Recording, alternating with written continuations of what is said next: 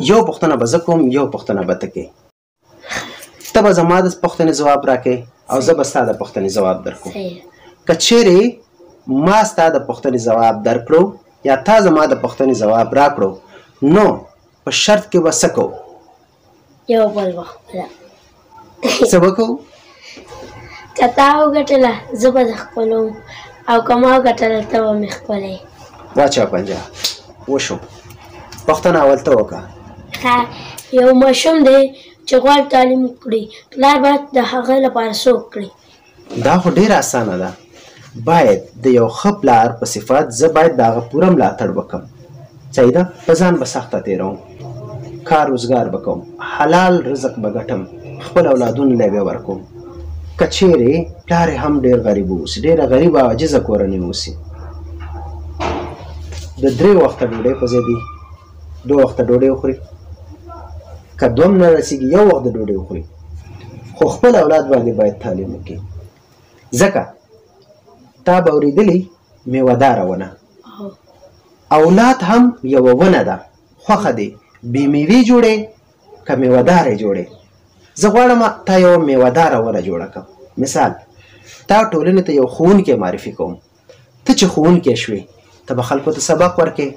خلک به ستا احترام کوي ستا به د پلار احترام کوي نو دا ستا حق دی په ما باندې مثال درکړم چې تا یوه میوهداره ونه جوړه کړم نو چې ته میوهداره ونه شي ستا میوه هم دا ده چې ته خلکو دپاره به سبق ورکوې ته به یو ښوونکی شي ته به یو ډاکټر شي خلکو ته به خدمت کوې هغوی که نه هم خرما هم ثواب خرما به دی چې ته خپلې کورنۍ دپاره به حلاله نفقه ګټې او ثواب به دی چې خلکو ته نیک خدمات راوړاندې کوي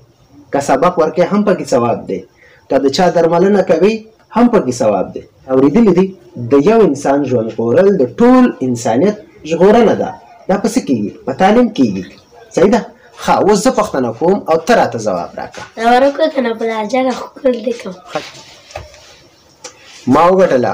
اوس ته یې وګټه ښه اوس زما پوښتنې ته غوږ شه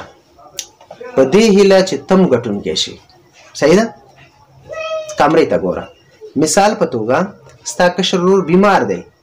زه غواړم تا ته درمل درکړم چې ته دا کور ته ویسه او خپل کشر ورور ته ورکړه زه ورباندې لیکل هم کوم دا دی دا شربت دی مثال ما ورباندې دا 2 خطه ورکړل صحیح ده او دلته مې یو څه پې ولیکل ستا به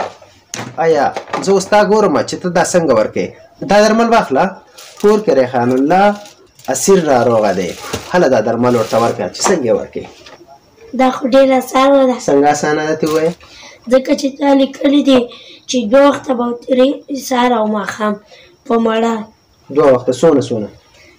یو قاشقه به 2 وخته تېرې په مړه یو قاشقه 2 وخته په مړه تېرې او نور زه چې کله کور ته لاړم باید دا دوا وګورم چې آیا دا خراب دی یا جوړ دی ایکسپایري ډیټ ګورم ایکسپایري ډیټ څه ته وایي ایکسپایري ډیټ معنی تاریخ تېره بالکل اوس د دې تاریخ څومره دی MFJ بیا چې دی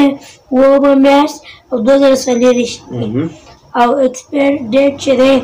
9 میاشت او 2024 نو ته دا شیونه په نظر کې نیسې بیا ورکوې